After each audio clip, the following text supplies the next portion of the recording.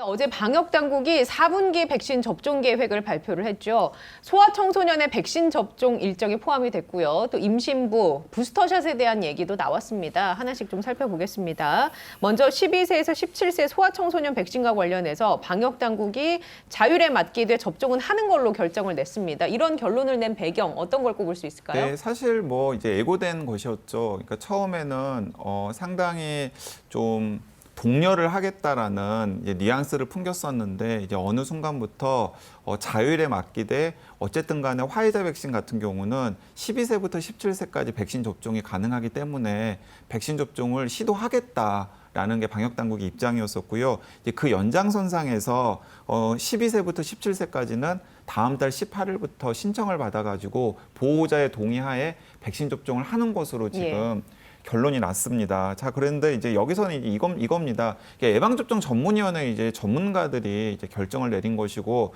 그 이제 전문가들 중에서 이제 두 분이 어제 그 정은경 질병관리청장과 함께 나와가지고 이렇게 결정을 하게 된 배경을 설명을 했는데요.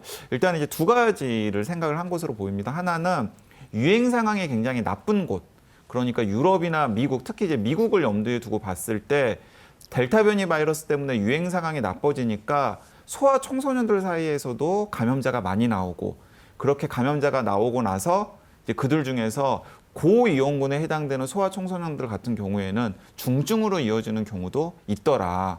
우리나라에서도 그런 상황을 배제할 수는 없기 때문에 일단은 백신을 접종하는 것이 나을 수도 있겠다라고 판단을 했다라는 게 이제 첫 번째고요. 그리고 다른 하나는 신근염 부작용이 있다라는 것은 알고는 있습니다. 네. 신근염 부작용이 있다라는 것은 알고는 있는데, 건강한 소아 청소년들 같은 경우에는 신근염 부작용이 주는 이 비용과 그리고 백신 접종으로 인한 이득을 비교했을 때 백신 접종으로 인한 이득이 약간 크긴 하지만 그게 절대적이지는 않기 때문에 꼭 권할 필요는 없다. 하지만 소아 청소년들 가운데 이제 고위험군, 뭐 비만이라던가 당뇨라던가 뭐 이런 이 질환을 앓고 있는 아이들 같은 경우에는 백신 접종을 하는 것이 코로나19에 감염되었을 때 위험에 빠지는 것보다 훨씬 더 도움이 되기 때문에 일단은 이분들을 중심으로 해서 백신 접종을 하기를 권한 겁니다.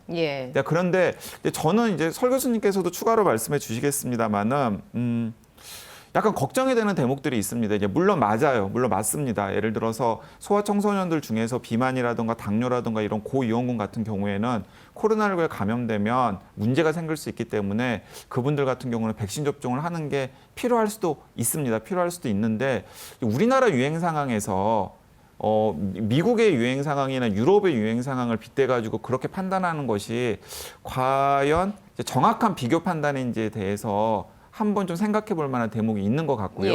또 하나는 이 부분이 제일 걱정인데, 이제 만에 하나 화이자 백신을 접종한 다음에 신근염 부작용으로 이 짐작이 되는 어떤 부작용 때문에 사망하는 안타까운 사례 같은 게 한 건이라도 생기면 이거 굉장히 큰 타격을 입을 수 있는 결정이에요. 전체 백신 접종에도 타격을 줄 수 있는 부분일 수도 있고요. 왜냐하면은 성인들이 백신 이상 반응 때문에 고통을 겪거나 혹은 안타깝게 사망하는 케이스랑 굳이 백신 접종을 꼭 해야 될 필요가 없는 청소년들에게 백신 접종을 해서 그런 일이 생기는 거랑은 또 굉장히 다른 문제잖아요. 그래서 이제 그 부분, 그런 일이 좀 일어나지 않도록 여러 가지 좀 대비를 좀 했으면 좋겠다라는 생각이 듭니다. 자, 교수님은 이 결정 어떻게 보고 계시는지, 그리고 아마 많은 부모님들이 이런 고민을 하실 거예요. 지금 얘기해 주신 것처럼 뭐 기저질환이 있는 경우에는 백신 접종이 필요할 수 있지만 우리 아이는 기저질환이 없고 굉장히 건강한 이 나이대 연령에 해당하는 소아청소년인데 부작용 이런 위험 때문에 이거 백신을 맞아야 되는가? 근데 또 맞지 않자니 이거를 나라에서 맞는 거를 열어놨는데 이걸 안 맞을 수도 없고 이런 고민하시는 분들 계실 것 같거든요. 충분히 고민하실 수 있죠. 그러니까 이제 방역 당국도 대상자들이 선택할 수 있도록 선택권을 줬다는 거죠. 그러니까 원래는 처음에는 선택하지 않고 마치 필수 접종인 것처럼 대상자들에게 다 접종을 하려고 했다가 지금 이제 여러 가지 문제점들이 각 국가에서 나타나면서 정부 당국이 한 발 물러섰다 이렇게 볼 수 있는 거죠. 이제 그 중에 하나가 이제 우리 이 방송에서 데이터로 얘기를 하면서 이제 다소 그런 입장 변화를 초래하게 만들었다고도 볼 수 있습니다. 그러면 이제 데이터를 가지고 얘기해야 되겠죠. 우리나라인 경우에 지난 월요일, 그러니까 며칠 전 월요일 기준 9월 26일 기준으로 0세에서 9세까지가 확진자가 16,302명입니다. 그 다음에 10살부터 19살까지가 26,163명. 그러니까 0세부터 19세까지가 지난 월요일까지 하면은 확진자가 4만 3천 명 가까이 됩니다. 4만 3천 명 정도 된다고 이해하시면 됩니다. 이때 위중증자는 지금까지 3명이 있다고 알려져 있고 2명은 위중증에서 벗어나고 1명이 지금 위중증자로 남아있다고 알려져 있고 사망인 경우에는 지금까지 0명입니다. 그러니까 4만 3천 명 확진 중에서 사망은 0명이다. 이렇게 볼 수 있는 거죠. 예. 그러면 지금 이 상황에서 백신 접종을 했을 때 이익과 위험을 어떻게 판단할 거냐라고 하는 겁니다. 자, 이 아이들은 위험하지는 않아요. 데이터상으로는. 그렇지만 이 아이들이 감염이 되었을 때 가족이나 이렇게 전파 확산의 위험도 고려해야 되지 않습니까? 그런데 이미 다른 그룹이 백신 접종이 되었으면은 이 아이들을 통해서 전파 확산의 위험은 고려하지 않아도 된다는 거죠. 네. 이 아이들의 위험만 생각하면 된다는 거죠. 그러면 이 아이들이 지금 위험하지 않잖아요. 예. 제가 이 방송에서 아마 처음으로 말씀드릴 것 같은데 위험하지 않은 이유도 추론하고 있습니다. 데이터는 없습니다만 추론을 하고 있는데요. 어떤 추론을 하고 있냐면은 이 연령대는 지금 하나같이 필수 접종을 하고 있는 연령이거나 필수 접종을 막 마친, 그러니까 필수 백신 접종을 막 마친 이런 아이들이라고 볼 수 있어요. 그런데 어떤 데이터들이 계속 쌓이고 있냐 하면은 면역학적으로 크로스 리액티비티라 그러는데 코로나19에 대한 직접적인 면역은 아닌데 교차 면역이라 그래서 다른 백신을 맞았는데 그 백신에 의해서 생긴 부가적인 백신이 코로나19에도 대항하는 것. 이것을 교차 면역이라고 합니다. 그러는데 최근의 연구 결과들에 의하면은 필수 접종을 맞은 아이들에게서 생긴 교차 면역이 예. 코로나19에도 상당히 효과가 있어 보인다라고 하는 논문들이나 데이터들이 계속 쌓이고 있습니다. 이제 중증으로 가는 걸 예방한다는 그렇습니다. 거죠. 그러니까 이 아이들이 전 세계적으로 이 연령대가 위험하지 않은 상황은 아무래도 교차 면역의 영향도 있지 않나 이렇게 생각이 되고 있는 거죠. 그 상황에서 지금 미국같이 방역 상황이 굉장히 나쁜 곳은 백신 접종에 대한 동기가 있을 수 있지만은 우리나라는 첫째, 방역이 잘 통제되고 있고 둘째, 이 아이들에 있어서 위험이 극도로 낮은데 그럼에도 불구하고 백신 접종을 했을 때 초래될 수 있는 위험, 심근염에 의한 위험도 있을 수 있고 사망에 의한 위험도 혹시라도 있을 수 있는데 이런 것들을 굳이 감수하면서 이 아이들에게 백신 접종을 해야 되나라고 얘기할 때 예. 저는 고려할 점이 상당히 많다 이렇게 보는 거예요. 우리 방송에서 예전에는 제가 권하지 않는다, 심지어는 강력히 반대한다 이런 말씀을 드린 적도 있는 거죠. 그렇기 때문에 이제는 당국이 결정을 했기 때문에 이 연령대에 자녀를 두신 부모님들은 저희 이 방송에서 저희들이 드리는 말씀까지를 다 고려하셔서 현명한 결정을 내리시는 게 도움이 되지 않을까 이런 생각이 듭니다. 이제 세 가지가 있습니다. 이제 하나는 코로나 바이러스는 사스 코로나 바이러스 때도 그랬고 2015년에 메르스 코로나 바이러스, 2012년에 중동에서 나타나가지고 중동 지역에서는 이제 풍토병처럼 예. 번졌던 전염병이죠. 메르스 코로나 바이러스도 그랬고 코로나19도 그랬고 코로나 바이러스는 이상하게 소아청소년에게 미치는 피해가 굉장히 적었어요. 그게 한 가지가 있고요. 그다음에 또 다른 하나는 방금 설대호 교수님께서 이야기하신 것처럼 계속해서 뭐 MMR 백신이라든가 등등의 예. 태어날 때 혹은 뭐 영아 때 맞는 여러 가지 필수 예방접종이 있지 않습니까? 그 필수 예방접종이 코로나19에 설사 감염이 되더라도 중증으로 가는 걸 막아주는 효과가 있을 수도 있다라고 하는 연구 결과들이 세계 곳곳에서 점점점 쌓이고 있습니다. 그 기전은 우리가 좀 더 들여다봐야 되겠습니다만은 거기에다가 우리 지금 데이터가 말해주고 있잖아요. 우리나라는 지금 4만 명 가까이 0세부터 19세까지 소아청소년 연령대에서 코로나19 확진자가 나왔는데 중증으로 가는 경우는 한 3명 정도. 3명 중에 이제는 1명. 사망자는 없었다라는 예, 거죠. 0명. 거기에다가 우리나라는 미국이나 유럽과는 비교할 수 없을 정도로 아직까지는 유행 상황이 좋고 백신 접종률이 계속해서 높아지고 있기 때문에 소아청소년으로 인한 2차 감염 피해도 사실 굉장히 적다라는 겁니다. 설대 교수님께서 방금 강조하셨듯이 예. 이런 점들을 염두에 둔다 그러면은 이제 이 방송을 보시는 소아청소년을 둔 부모들이 합리적으로 판단을 하실 수 있을 거라고 생각을 합니다. 자, 그런데 이건 방역 당국에서도 선택지를 준 겁니다. 이 예방접종 전문위원회 이제 어제 브리핑을 하신 이제 위원장님이 이제 최 위원장님이신데 이제 그분이 굉장히 이제 훌륭한 연구자세요. 훌륭한 전문가신데 이제 그분이 방송에 나와서 이제 무엇이라고 인터뷰를 했냐면 한 3가지 정도를 얘기를 했습니다. 이제 우리랑 되게 대동소이한데 하나는 비만이나 당뇨 같은 기저질환이 있는 소아청소년들 같은 경우는 백신 접종을 좀 적극적으로 고려해 달라. 그리고 두 번째는 그런데 지금 우리나라 상황을 봤을 때 우리 아이들한테는 백신 접종이 굳이 필요하지 않을 것 같고 설사 코로나19에 걸린다고 하더라도 가볍게 앓고 지나가는 거니까 자연 감염되어서 면역을 획득하는 게 더 좋을 수도 있지 않겠느냐라고 판단하는 부모들의 판단도 존중한다. 그리고 세 번째 또 이런 부모들도 있지 않겠느냐. 코로나19가 너무 무서워서 우리 아이가 코로나19 걸리면은 안 된다라는 생각을 가져서 백신을 접종해야겠다라는 분들도 있지 않겠느냐. 이분들도 존중한다. 그러니까 이제 다 열어놓고 예. 코로나19 백신을 접종하지 않았을 때 뭐 낙인 효과라든가 이런 게 없도록 최소한 우리가 조치를 하겠다라고 말씀을 하셨거든요. 이제 그런 점들까지 제가 전해드리니까 두루 다 종합해서 판단을 해보시면 될 것 같습니다. 부모로서는 참 어려운 선택지를 받아든 기분일 수 있을 것 같다라는 생각이 듭니다. 자, 그것과 더불어서 임신부의 백신도 접종하는 걸로 결정해 놨는데 이 부분은 어떻게 보십니까, 교수님? 임신부인 경우에는 지금 접종 대상자분들이 약 13만 6천 명 정도 된다고 예. 알려져 있습니다. 이제 저는 우리 방송에서 임신부인 경우에 백신 접종을 권하지 않는다.